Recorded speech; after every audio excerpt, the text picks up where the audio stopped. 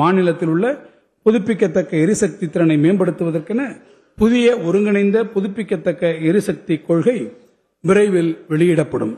எரிசக்தி துறைக்கு இந்த இடைக்கால வரவு செலவு திட்ட மதிப்பீடுகளில் 18,091 கோடி ரூபாய் நிதி ஒதுக்கீடு செய்யப்பட்டு உள்ளது.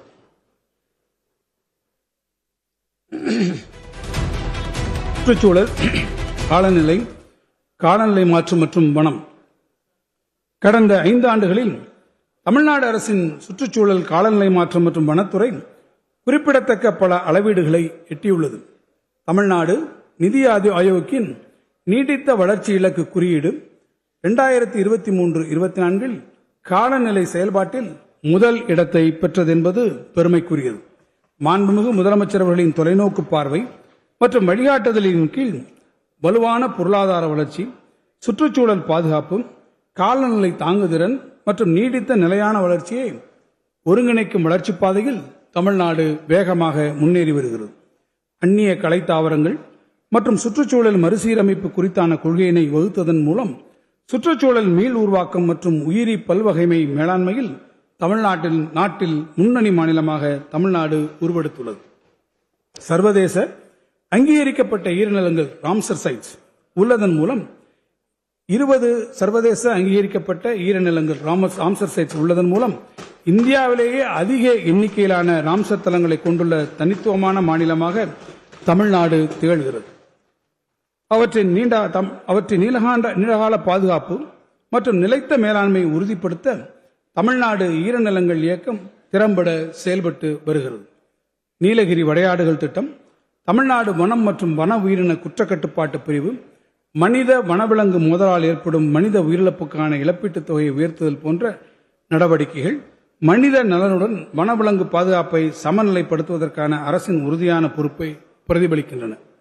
இந்த நடவடிக்கைகள் மாநிலத்தின் உயிரின பன்முகத்தன்மையை பாதுகாக்கும் அதே வேளையில் பொறுப்புள்ள மக்கள் நலன் சார்ந்த அணுகுமுறையை வெளிப்படுத்துகின்றன. கடந்த 2022 ஆண்டில் அறிஞர் அண்ணா உயிரியல் பூங்கா இந்திய அரசின் மேலாண்மை செயல்திறன் மதிப்பீட்டு தரவரிசையில் தேசிய அளவில் முதல் இடத்தை பெற்றுள்ளதன் மூலம் வனவிலங்கு மேலாண்மையில் தமிழ்நாடு சிறந்து விளங்குவதை எடுத்துக்காட்டுகிறது. வனவிலங்குகளை பாதுகாக்கும் முயற்சிகளை மேலும் வலுப்படுத்திட தமிழ்நாடு அரசு 6 புதிய வனவிலங்கு சரணாலயங்கள், 1 கடற்பசு பாதுகாப்பு காப்பகம் மற்றும் 1 யானைகள் காப்பகம் ஆகியவற்றை அறிவித்துள்ளது. குறிப்பிடத்தக்க வகையில் தமிழ்நாடு அரசின் முன்முயற்சியான பாக் வளைகுடாவில் இந்தியாவின் முதற் கடற்பசு பாதுகாப்பு காப்பகம் 2025 ஆண்டின் உலக இயற்கை பாதுகாப்பு மாநாட்டில் WCC சர்வதேச இயற்கை பாதுகாப்பு ஒன்றியத்தின் IUCN அங்கீகாரத்தினை பெற்றுள்ளது. தமிழ்நாடு காலநிலை மாற்ற இயக்கத்தின் மூலம் தமிழ்நாடு காலநிலை ஆளுமையில் இந்திய அளவில் முன்னணி வகிக்கிறது. இவ்வியக்கம் தேசிய மற்றும் சர்வதேச அளவிலான சிறந்த நிபுணர்களை கொண்ட ஆட்சி மன்ற குழுவின் வழிகாட்டுதலின்படி இயங்குகிறது. தமிழ்நாடு அரசு தொடர்ச்சியாக 3 காலநிலை உச்சி மாநாடுகளை வெற்றிகரமாக நடத்தியுள்ளது. இம்மாநாடுகள் காலநிலை தணிப்பு, தகவமைப்பு நடவடிக்கைகள், தேசிய மற்றும் உலக அளவிலான சிறந்த நடைமுறைகளை விவாதிக்கும் உறுதியான தளமாக அமைந்துள்ளது. இம்முயற்சிகளை இணைத்து நெய்தல் மீட்சி இயக்கம் மற்றும் தொடர்புடைய திட்டங்களின் கீழ் 3733 ஹெக்டேர் பரப்பளவில் அலையாத்தி காடுகள் மீள் உருவாக்கம் செய்யும் பணிகள் நடைபெற்று வருகின்றன. கடலோர மீள்திறன் மற்றும் உயிரின பன்முகத்தன்மையை வலுப்படுத்தும் இந்நடவடிக்கைகள் தேசிய மற்றும் சர்வதேச அங்கீகாரத்தை பெற்றுள்ளதோடு உலக அளவிலான காலநிலை மாற்ற நடவடிக்கையுடன் ஒத்திருப்பதாக தேசிய மற்றும் சர்வதேச பங்கேற்பாளர்களான உலக வங்கி மற்றும் ஜப்பான் பன்னாட்டு கூட்டுறவு முகமை ஆகியோர் குறிப்பிடுகின்றனர். பசுமை முயற்சிகள். Trees are poems the earth writes upon the sky. We fell them down and turn them into paper, that we may record our emptiness. Trees are poems the earth writes upon the sky. We fell them down and turn them into paper, that we may record our emptiness. என்று மிக அழகாக குறிப்பிட்டார் கலீல் ஜிப்ரான். வானத்தை நோக்கி பூமி வரைந்திட துடிக்கும் கவிதைகளே மரங்கள்.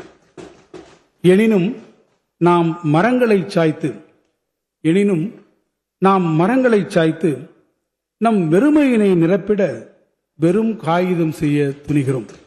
நம் வெறுமையினை நிரப்பிட வெறும் காகிதம் செய்ய துணிகிறோம்.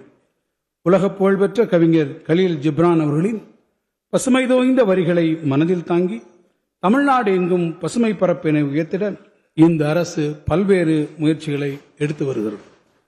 பசுமை தமிழ்நாடு இயக்கத்தின் மூலம் வனம் மற்றும் மரங்களின் பரப்பளவினை அதிகரித்து தேசிய இலக்கான 33% அடைவதற்கான உரிய நடவடிக்கைகள் மேற்கொள்ளப்பட்டு வருகின்றன.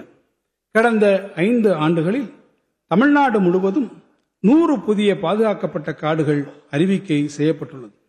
இது வனத்தின் பாதுகாப்பை வலுப்படுத்துதல், சுற்றுச்சூழல் பாதுகாப்பை மேம்படுத்துதல் மற்றும் சட்டப்பூர்வமாக பாதுகாக்கப்பட்ட நிலப்பரப்புகள் மூலம் காலநிலை மீள்திறனை உருவாக்கும் தொடர்ச்சியான முயற்சிகளில் குறிப்பிடத்தக்க சாதனையாகும். வேகமான நகரமயமாக்கல் மற்றும் காலநிலை மாற்றம் ஏற்படுத்தும் சவால்களை எதிர்கொண்டு நகரமைப்பு திட்டங்களில் பசுமை பரப்பை முறைப்படுத்தும் நோக்கில் தமிழ்நாடு நகர்ப்புற பசுமையாக்கல் கொள்கை 2026 அண்மையில் வெளியிடப்பட்டு உள்ளது. கோவை செம்மொழி பூங்கா 45 ஏக்கர் பரப்பளவில் 208 கோடி ரூபாய் மதிப்பீட்டிலும், சென்னை கலைஞர் நூற்றாண்டு பூங்கா 13.29 ஏக்கர் பரப்பளவில் 70 கோடி ரூபாய் மதிப்பீட்டிலும் அமைக்கப்பட்டு உள்ளதுடன், சென்னை அடையாறில் உள்ள தொல்காப்பிய பூங்கா 58 ஏக்கர் பரப்பளவில் 42 கோடி ரூபாய் மதிப்பீட்டில் மறுசீரமைக்கப்பட்டு உள்ளது. மேலும் நீலகிரி மாவட்டம் ரேஸ்கோஸ் பகுதி பூங்காவை 52.34 ஏக்கர் பரப்பளவில் 70 கோடி ரூபாய் மதிப்பீட்டிலும், கிண்டி ரேஸ்கோஸ் பகுதியில் 118 ஏக்கர் பரப்பளவில் சுற்றுச்சூழல் பூங்காவையும் இந்த அரசு அமைத்து வருகிறது. இத்தகைய பசுமை முயற்சிகள் வாயிலாக சுற்றுச்சூழல் பாதுகாக்கப்படுவதுடன் ஏராளமான சுற்றுலா பயணிகளும் அப்பகுதி மக்களும் பயனடைந்து வருகின்றனர். போக்குவரத்து நமது நாட்டிலேயே குக்கிராமங்களுக்கும் சென்றடையக்கூடிய சீரான போக்குவரத்து சேவையை தமிழ்நாடு அரசுதான் தொடர்ந்து வழங்கி வருகிறது. கடந்த 5 ஆண்டுகளில் 6121 கோடி ரூபாய் மதிப்பீட்டில் 12087 புதிய பேருந்துகள் கொள்முதல் செய்திட நிதி ஒதுக்கீடு செய்யப்பட்டுள்ளது. மேலும் பயன்பாட்டிற்கு உகந்த 3673 பேருந்துகளை முற்றிலும் புதுப்பித்து இயக்குவதற்காக 371 கோடி ரூபாய் நிதி ஒதுக்கீடு செய்யப்பட்டுள்ளது. மேலும் 350 பசுமை மின் பேருந்துகள் 288 கோடி ரூபாய் மதிப்பீட்டில் போக்குவரத்து சேவையில் இணைக்கப்பட்டுள்ளன. அண்மையில் மீண்டும் அறிமுகப்படுத்தப்பட்ட சிற்றுந்து மினி பஸ் திட்டம் நகரங்களை ஒட்டிய ஊரக பகுதிகளிலும் போக்குவரத்து சேவையை வழங்கிடும் வகையில் 6603 புதிய வழித்தடங்களில் வெற்றிகரமாக விரிவாக்கப்பட்டுள்ளது. போக்குவரத்து கழகங்களின் செயல்பாட்டு திறன், சேவை வழங்கல் மற்றும் நிதிநிலை ஆகியவற்றை மேம்படுத்துவதற்காக போக்குவரத்து கழகங்களுக்கு சேவை அடிப்படையிலான ஊக்கத்தொகை வழங்கும் நோக்கத்தில் ஊக்க நிதியம் ஒன்று 2000 கோடி ரூபாய் மதிப்பீட்டில் உருவாக்கப்பட்டுள்ளது. இந்த இடைக்கால வரவு செலவு திட்ட மதிப்பீடுகளில் மகளிர் விடியல் பயணம் திட்டத்திற்காக 4000 கோடி ரூபாய், மாணவர்கள் பேருந்து பயண கட்டணம் திட்டத்திற்காக 1782 கோடி ரூபாய், டீசல் மானியத்திற்காக 1857 கோடி ரூபாய் ஒதுக்கீடு செய்யப்பட்டுள்ளது. இந்த இடைக்கால வரவு செலவு திட்ட மதிப்பீடுகளில் போக்குவரத்து துறைக்கு 13062 கோடி ரூபாய் ஒதுக்கீடு செய்யப்பட்டுள்ளது. நெடுஞ்சாலைகள் சாலை உள்கட்டமைப்பு பொருளாதார வளர்ச்சியின் முதுகெலும்பாக செயல்படுவதுடன் ஒரு நாட்டின் நிலையான வளர்ச்சிக்கும் அடிப்படையாக உள்ளது. இந்த முக்கியத்துவத்தை உணர்ந்து தமிழ்நாடு அரசு பல்வேறு திட்டங்கள் மற்றும் முன்முயற்சிகள் மூலம் சாலை உள்கட்டமைப்பு மேம்பாட்டில் சிறப்பு கவனம் செலுத்தி வருகிறது. கடந்த 5 ஆண்டுகளில் 1085 கிலோமீட்டர் நீளமுள்ள சாலைகள் 8313 கோடி ரூபாய் மதிப்பீட்டில் 4 வழித்தட சாலைகளாக அகலப்படுத்தும் பணிகள் எடுத்துக் கொள்ளப்பட்டு அவற்றில் 6191 கோடி ரூபாய் மதிப்பீட்டில் 692 கிலோமீட்டர் சாலை பணிகள் முடிக்கப்பட்டுள்ளன. மீதமுள்ள பணிகள் விரைவில் நிறைவு பெறும். நடப்பாண்டில் 253 கிலோமீட்டர் நீளமுள்ள சாலைகளை 1647 கோடி ரூபாய் மதிப்பீட்டில் 4 வழித்தட சாலைகளாக அகலப்படுத்துவதற்கான பணிகள் விரைவாக நடைபெற்று வருகின்றன. கடந்த 5 ஆண்டுகளில் 7517 கிலோமீட்டர் நீளமுள்ள ஊராட்சி ஒன்றிய சாலைகள் 7625 கோடி ரூபாய் மதிப்பீட்டில் இதர மாவட்ட சாலைகளாக தரம் உயர்த்த ஆணையிடப்பட்டு அவற்றில் 6813 கிலோமீட்டர் நீளமுள்ள சாலைகள் 6264 கோடி ரூபாய் மதிப்பீட்டில் தரம் உயர்த்தப்பட்டுள்ளன. நடப்பாண்டில் 1057 கிலோமீட்டர் நீளமுள்ள சாலைகள் 1000 கோடி ரூபாய் மதிப்பீட்டில் தரம் உயர்த்தும் பணிகள் நடைபெற்று வருகின்றன. கடந்த 5 ஆண்டுகளில் 1268 தரைப்பாலங்களை உயர்மட்ட பாலங்களாக அமைப்பதற்கான பணிகள் 2635 கோடி ரூபாய் மதிப்பீட்டில் எடுத்துக் கொள்ளப்பட்டன. இதுவரை 1168 தரைப்பாலங்கள் உயர்மட்ட பாலங்களாக 2064 கோடி ரூபாய் மதிப்பீட்டில் கட்டி முடிக்கப்பட்டு மக்கள் பயன்பாட்டிற்கு வந்துள்ளன.